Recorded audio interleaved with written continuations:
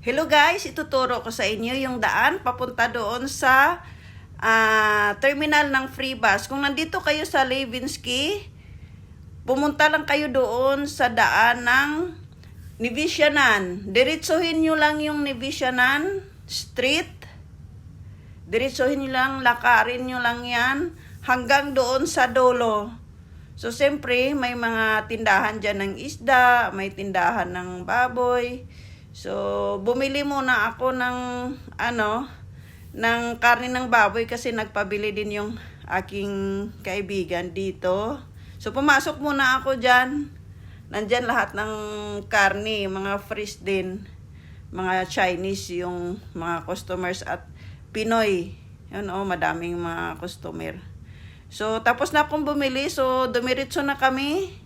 Binabaybay pa rin namin yung Nivisyanan Street. Yun, madaming tao. Palibasa, Sabado kasi ng umaga. Alam nyo naman, pag Friday at Saturday, madaming tao dyan sa may Nivisyanan.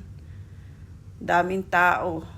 Yung iba namamalingki para doon sa pang isang linggo nila na groceries. So, nilalakad lang namin. Yun, nandyan yung Amro. Ayan, basta mga tindahan. Basta sa mga nandito, sa mga taga-Mudiin na alam nila yan, yung daan na yan sa Nivisyanan. So, diniritso lang namin ang lakad. Diretso lang yan. Yun, kung makikita nyo. May madaming tao dyan nakatambay at may bitbit na mga plastic. Kasi namamalingki yan sila. Alam nyo na, pag Friday at Saturday. So, dyan, banda, wala nang masyadong tao. Kasi malapit na yan yung dulo ng Nivisyanan. Ayan, nandito na tayo sa dulo ng Nivisyanan, guys. Ayan, letter T na yan. Yan na yung letter T. So, wag kayong wag kayong kumaliwa, ha? Wag kayong kumaliwa. Dapat kumanan kayo. Kasi wala na kayong didiretsuhan yan eh. Yan yung kaliwa. So, dalhin ko kayo dito sa kanan.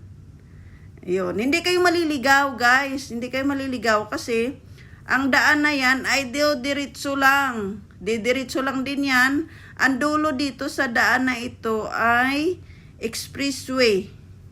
Expressway na. Tel Aviv Expressway. So, hindi kayo malilito. Basta wag kayong lumiko ha. Diretso lang kayo ng diretso.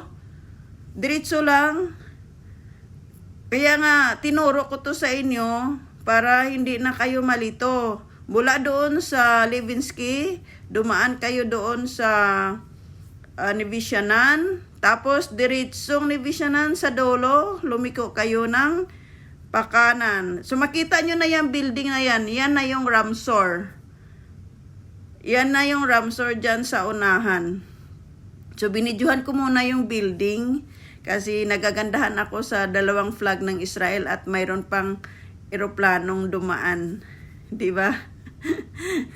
So, yung mga building na yan, kung makita nyo na, ibig sabihin, nandyan na kayo sa lugar. Nasa lugar na kayo. Ayun, may flag na building. Sa building mayroong flag. Huwag na kayong dumiritso ha. Kumanan na kayo. Kumanan na. Yan, may tulog pa dyan, oh. Tanghali na, tulog dyan sa tabi ng kalsada. So, kumanan kayo. Sa unahan yan, andyan yung station. Ayan, oh, yung takanan ng bus. So, dyan hihinto yung bus ng 712 papunta ng Mudiin. So, pipakita ko sa inyo yung palibot para hindi talaga kayo malito. Dahil mahal yung sirot. Bakit tayo magbabayad ng sirot kung mayroon namang free bus? Sana may natutunan kayo. Thanks for watching. God bless us.